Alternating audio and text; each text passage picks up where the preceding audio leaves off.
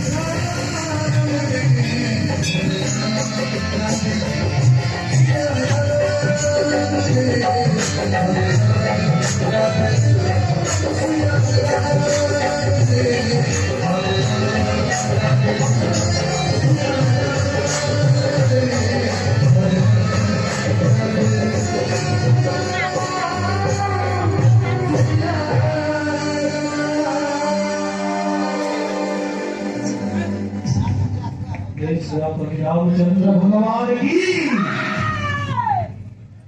थे आनंदपुर गाँव जन भक्त द्वारिका जाइए शुणी भल लगे आशा ये मुक्ति तीर्थ आनंद धाम आनंदपुर जन भक्त द्वारिका जाए महाप्रभु कृष्णचंद्र भगवान को पचारे कहले महिमा रुक्मणी कहूँ आपंकर स्त्री भगवान कृष्णचंद्र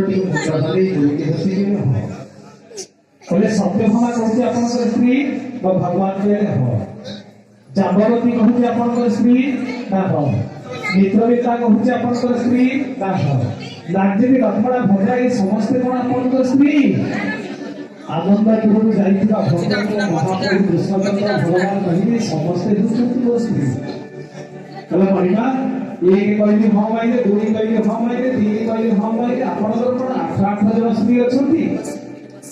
ଆନନ୍ଦପୁରରୁ ଯାଇଥିବା ଭକ୍ତକୁ ମୋ ମହାପ୍ରଭୁ କୃଷ୍ଣଚନ୍ଦ୍ର ଭଗବାନ କହିଲେ ହଁ ରେ ଭକ୍ତ, ଏ ସମସ୍ତେ ହେଉଛନ୍ତି ମୋର ସ୍ତ୍ରୀ।